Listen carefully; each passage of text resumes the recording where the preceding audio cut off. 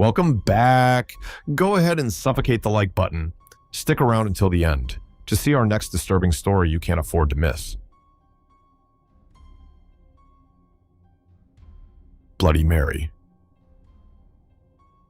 In the quaint town of Elmwood, nestled among rolling hills and sprawling fields, the old Wilkins house stood abandoned, a relic of a bygone era. Its dark windows and overgrown garden contributed to the local children's tales of hauntings and horrors, especially the legend of Bloody Mary, the spirit said to appear in a mirror when her name was chanted 3 times. On a dare, a group of high school friends decided to test the myth on the night of Halloween, seeking a thrill that only the forbidden could provide. Among them was Ava, a skeptic who dismissed the supernatural as mere superstition. She joined her friends, Jake, Mia, and Tyler, at the house, as dusk painted the sky in shades of orange and purple. The house creaked with the sighs of age as they entered, their flashlights casting eerie shadows on the peeling wallpaper and dusty floors. The air was thick with the must of abandonment, and each step on the rickety floorboards echoed like whispers through the empty rooms. "Let's do it in the upstairs bathroom," Tyler suggested, leading the way with a mix of excitement and apprehension. That's where she's seen most often.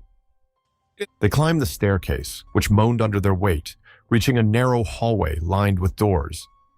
The third door on the left swung open with a nudge, revealing a small bathroom cloaked in tiles, stained with time.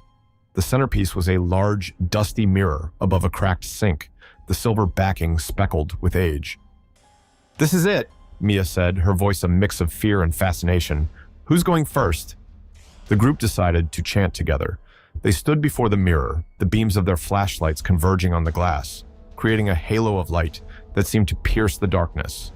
Taking a collective breath, they began the incantation, their voices low but clear. "Bloody Mary, Bloody Mary, Bloody Mary." The words hung heavy in the air, and for a moment, nothing happened. The wind outside picked up, sending a chill through the broken window, rustling the curtains with ghostly fingers. Suddenly, the temperature dropped, their breath visible in the air as they exhaled. The mirror's surface seemed to swirl subtly, the speckles and smudges distorting as if something was moving behind the glass. Ava, heart pounding, leaned closer. "Did you guys see that?" she whispered, her skepticism faltering. Before anyone could answer, a vague silhouette appeared in the mirror, a dark smudge that grew clearer, forming the figure of a woman. Her face was sorrowful, her eyes hollow pools of black, and where her mouth should have been, there was only a blurred line. The figure raised a hand, pressing it against the glass, the fingertips leaving streaks of what looked like blood. Tyler stumbled backward, knocking over a bottle of ancient perfume, which shattered on the tile floor, its long-forgotten scent mixing with the musty air. "We need to leave," he stammered, his earlier bravado gone. But as they turned to exit, the door slammed shut with violent force, the sound echoing through the house like a gunshot. They tried the handle, but it wouldn't budge, as if gripped by an unseen force. The mirror behind them cracked, a single line fracturing the glass. Blood started to seep from the crack, dripping into the sink with a slow, persistent tap, tap, tap. Ava turned back to the mirror, her eyes wide with terror, as the figure in the mirror began to whisper, her voice a serpentine hiss that filled the room. "Stay." The lights flickered, and the house groaned as if settling deeper into its foundations.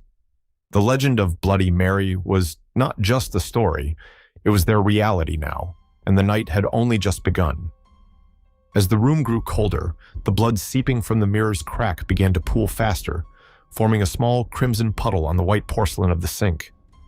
The whispering grew louder, a chorus of voices that seemed to echo from within the walls themselves. "Stay! Stay!" they hissed, their tone mournful yet menacing. Mia clutched her arms around herself, shivering.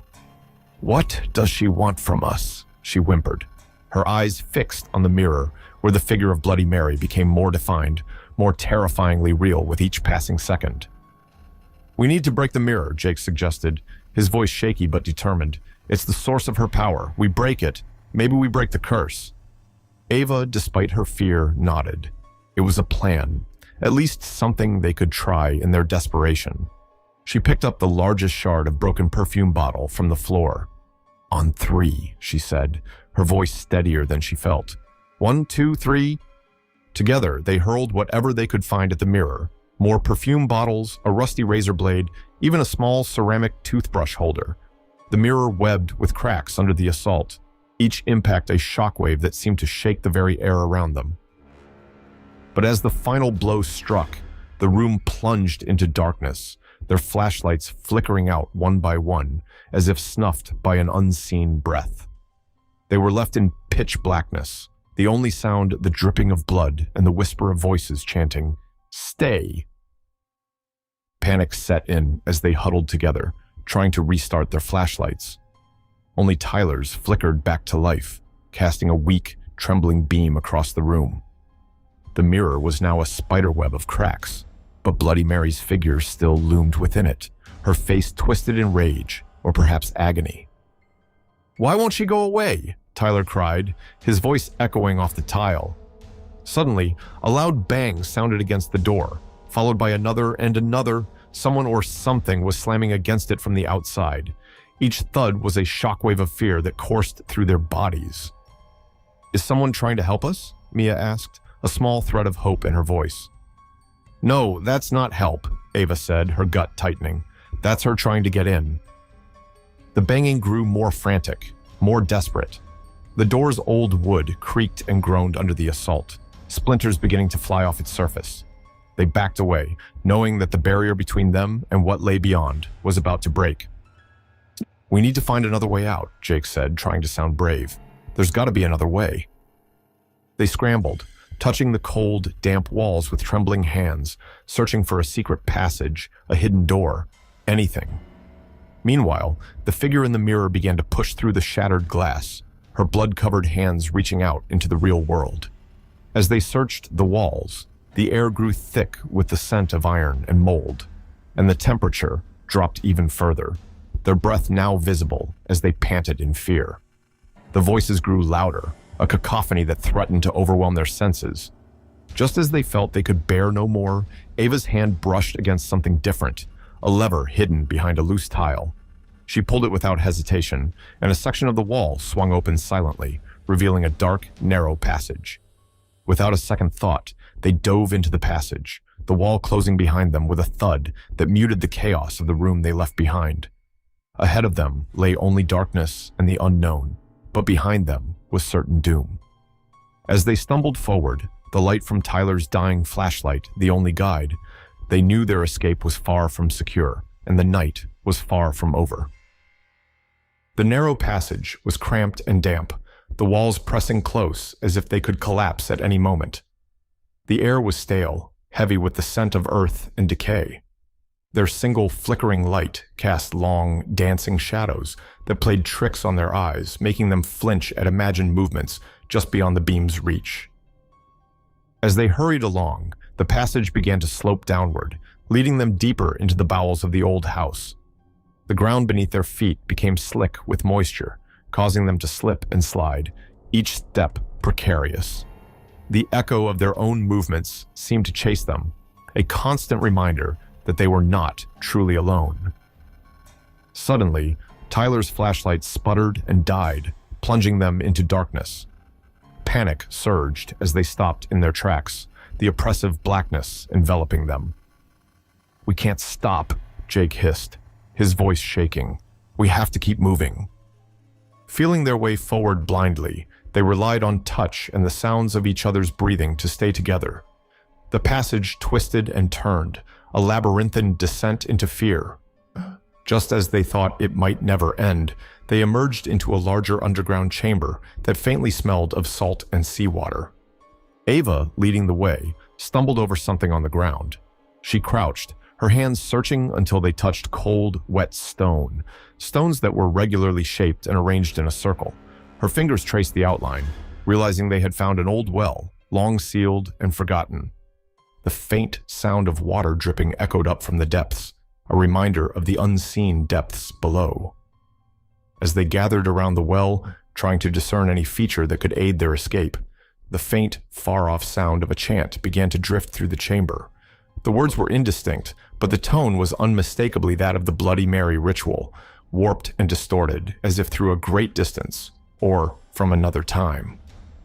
"The chanting, it's following us," Mia whispered, terror tightening her voice.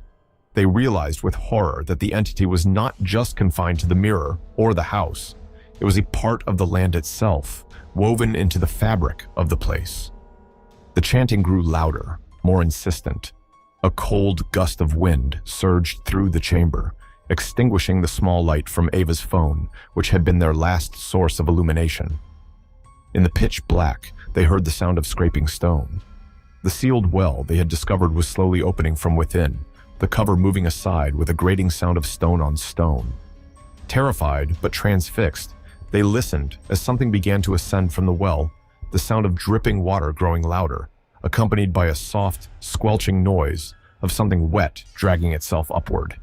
The air grew colder, a palpable presence filling the chamber. As the entity drew nearer, the first visible sign was a reflection, a faint, ghostly glow emanating from the well, not enough to see by, but enough to cast horrifying shadows on the chamber walls. Then, with a sudden silence that was somehow more terrifying than the noises, everything stopped. The silence stretched, oppressive and thick. Suddenly, a cold, wet hand grasped Ava's ankle.